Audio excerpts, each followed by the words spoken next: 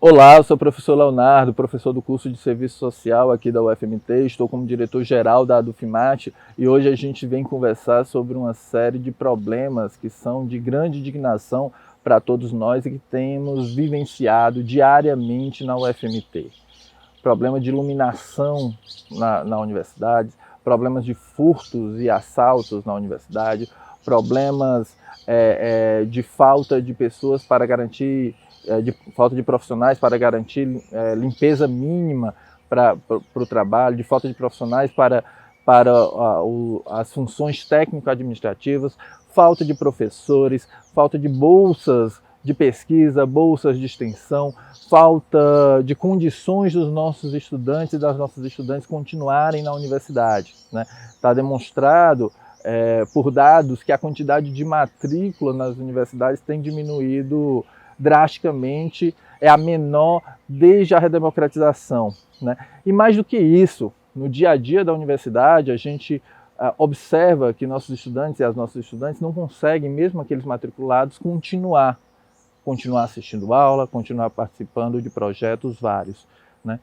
Esse conjunto de problemas que às vezes aparecem para a gente como coisas pontuais, mas que para a gente que está na direção da Adufimate aparecem todos eles, eles têm, a nosso entender, uma razão comum, uma razão que é um projeto de universidade que vem sendo implementado há décadas no Brasil, mas que agora no governo Bolsonaro se acirra de forma absurda. Inclusive, no início do governo Bolsonaro se apresenta esse projeto textualmente, chamando de projeto Futurice. As universidades rechaçaram esse projeto, mas ele vem sendo implementado através de medidas provisórias, através de projetos de lei e, sobretudo, implementado por meio dos cortes absurdos que têm acontecido anualmente nas universidades brasileiras, cortes de orçamento, que têm, ano após ano, inviabilizado a manutenção da universidade.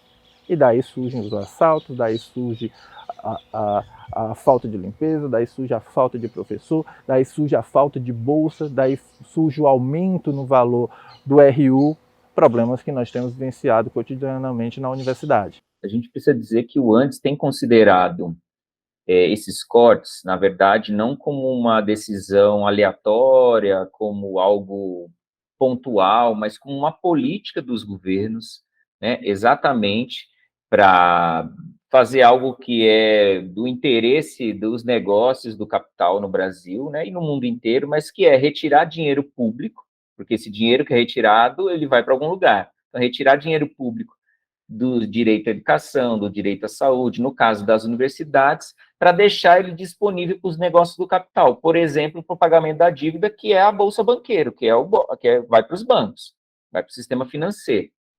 Além das medidas que vão financiar todo o sistema privado, também de educação.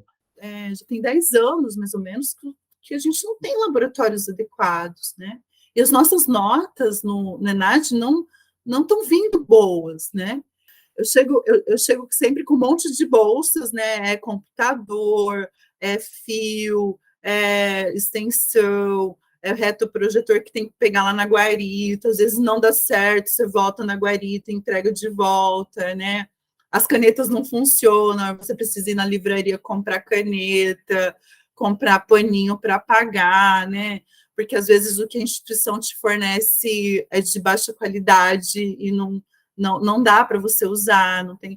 Há mais ou menos um mês atrás, o museu, a Procev, na verdade, foram roubados os ares condicionados, não os aparelhos de dentro do ar, mas a parte do condensador que fica aqui para fora. Foram 2 vezes que foram roubados. Foi roubado há um mês, aí uma semana depois, outros 2 ares condicionados foram roubados novamente. A situação em relação a assalto dentro do UFMT vem se agravando a cada mês, a cada dia, a cada hora. Tivemos agora, semana passada, 2 assaltos a estudantes dentro do entorno da faculdade. Em relação ao MAC, fomos surpreendidos no mês de julho, agosto, setembro, com assaltos lá dentro de ar-condicionado. Então, os trabalhadores de lá estão se sentindo, né, amedrontados, com medo de trabalhar, por insegurança, em todos os sentidos. Hoje o museu precisa passar por uma reforma física, melhorar o controle, a prevenção de incêndio. A universidade não tem uma política de prevenção de incêndio, e foi nos relatado isso, e eles também cobraram da reitoria isso, e nós também fizemos a cobrança. Falta manutenção nas portas, né? Ar-condicionado, os armários. Então, foram relatadas muitas coisas que têm que ser feitas dentro do museu. Então, nós solicitamos via ofício também da reitoria para que seja atendida essa demanda dos trabalhadores. Eu acho que o papel da universidade aqui teria primeiro que aumentar a quantidade de vigilantes, né, que trabalham aqui, e também aumentar o acesso à universidade, fazer com que a comunidade conheça a universidade e torne a universidade de fato uma universidade pública, né, para que a própria comunidade comece a vigiar a universidade, que a própria na verdade não vigiar, que a própria comunidade comece a participar do dia a dia da universidade, tornando assim a própria universidade mais segura, né? A falta de segurança ela tem a ver também com uma falta de envolvimento da sociedade em torno da universidade, dentro dos muros da universidade. E a gente tem aí, por exemplo, agora no projeto de lei orçamentária do governo Bolsonaro para o ano 2023. Ele propõe já uma redução orçamentária de 224 milhões para as universidades. Veja, o que já estava ruim vai piorar, né? Então, a gente já está projetando uma continuidade desses processos de corte. Em 11 anos, a gente já perdeu, aí, porque eu falei primeiro das universidades, falando da ciência e tecnologia, que é aquele outro ramo, né? Onde vem as bolsas, investimento para comprar equipamento. Em 11 anos, a gente já perdeu mais de 35 bilhões em recursos para ciência e tecnologia. Tem uma fala de Freire que fala assim, né? Não foram os camponeses que disseram a mim, Paulo, tu já leste Marx? Não, eles não liam nem jornal. Foi a realidade que me remeteu a Marx. As greves desses trabalhadores, né, tanto da limpeza quanto da segurança, foram exemplares. O capital se vingou da forma mais vil possível de todos desses trabalhadores. Aqueles que ficaram à frente, tanto na limpeza quanto na segurança, eles foram demitidos sumariamente na semana seguinte. Eu lembro, inclusive, do acordo que foi feito, que eu estava assistindo à negociação ali aqui na guarita da UFMT, e uma das coisas, na hora do acordo, foi acho que uma espécie de gerente da empresa assegurando na frente da administração da universidade que ninguém seria demitido. Eu lembro dessa fala, inclusive, eu assisti e tal, e na semana seguinte, talvez 2, 3 dias depois, as pessoas que estavam um pouco na frente, aquelas que organizavam as trabalhadoras, aquelas que diziam da necessidade de fazer essa pressão para receber o salário, aquelas que a gente fica chamando costumeiramente de cabeças da organização, elas foram sumariamente demitidas, foram retiradas daqui. Quando começou a Covid em 2020, teve uma medida, né, que era pessoas com mais de 60 anos, assim, aquela medida inicial era que pessoas com mais de 60 anos tinham que ficar em casa, foram as primeiras pessoas a ficar em regime domiciliar. Antes de ampliar para toda a população, antes de ter aquelas medidas de restrição mais absoluta, o primeiro grupo, que era o primeiro grupo de risco, eram pessoas acima de 60 anos. Então a orientação dos órgãos da saúde era que essas pessoas fossem para casa. Por essa pressão do Ministério da Saúde, da Organização Mundial de Saúde, por conta dessa pressão, essas trabalhadoras e todo mundo que tinha mais de 60 anos na universidade foram para casa. Foram para casa na vã ilusão de que continuariam recebendo seus salários, não é? E o que aconteceu com as mulheres que tinham mais de 60 anos na universidade é que elas foram todas demitidas, elas não voltaram a trabalhar. Eu digo isso porque aqui o FIMAT, junto com vários outros sindicatos durante esse período, eles montaram uma rede de apoio aos trabalhadores e às trabalhadoras aqui da Baixada Cuiabana que estavam sem comida, estavam sem trabalho e estavam sem comida.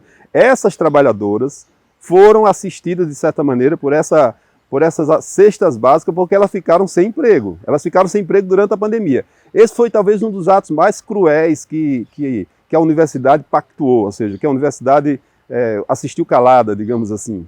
É difícil a gente não ter receio mas penso que o caminho é sempre um caminho coletivo, é sempre um caminho de articulação e luta, de fortalecimento das nossas organizações da classe trabalhadora, né? Dentre elas o sindicato, dentre eles o Sindicato Nacional UANDS, a ADUFMAT, a minha seção sindical, eu estou aqui na UFVJM, a do UFVJM, e as diversas, né, mais de quase 80, 70 seções sindicais que o UANDS tem aí espalhado pelo Brasil inteiro. Acho que são germens, né, importantes dessa organização popular. Tem muita luta também sendo feita, né? Eu acho que se a gente tem um pouco de universidade ainda pública, é por conta também dessas lutas que a gente tem feito, e isso deve permanecer e ampliar.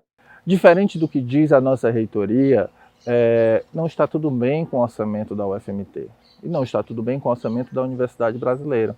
Esse conjunto de ataques é fruto dos cortes cruéis de orçamento que tem impactado na nossa vida cotidiana, e é fruto de um projeto de universidade privatizante e que precariza para privatizar a universidade pública, muito diferente da proposta de universidade que vem sendo defendida há décadas pela ADUFMAT e pelo ANDS Sindicato Nacional. Nós lutamos por concurso público para suprir a real demanda existente na universidade, por concurso público para professores e para técnicos administrativos, contra a terceirização que tomou conta da universidade, que não resolve os nossos problemas. Nós lutamos por uma universidade que tenha iluminação, para uma universidade que tenha vida ativa, que os estudantes consigam permanecer e que, portanto, tenha RU de qualidade por preço acessível, que tenha bolsas de pesquisa, bolsas de extensão, bolsas de assistência estudantil. Ou seja, o projeto de universidade que a gente defende é diametralmente oposto ao que está sendo construído há décadas no Brasil, mas que tem sido posto de forma muito mais intensificada pelo governo Bolsonaro. Nós precisamos reagir, nós precisamos responder com as lutas, desde as mais imediatas no interior da universidade até as mais gerais, inclusive se casando as lutas outras, como a luta contra a reforma administrativa, que é, na verdade, o fim do serviço público no Brasil, contra o conjunto de maldades que já foi impetrado, como a lei do teto dos gastos, como reforma trabalhista, reforma previdenciária. É nesse conjunto de lutas que a gente está inserido, que a ADUFMAT continua inserido, que conta com diversos parceiros e que a gente continua recebendo cada demanda de cada professor, de cada pessoa da comunidade acadêmica, e continuamos juntos na construção de um projeto de universidade pública, gratuito, de qualidade, mas mais do que isso, de uma universidade popular, que garanta o acesso universal e que garanta uma vida realmente integrada à vida da maioria da sociedade brasileira, à classe trabalhadora brasileira.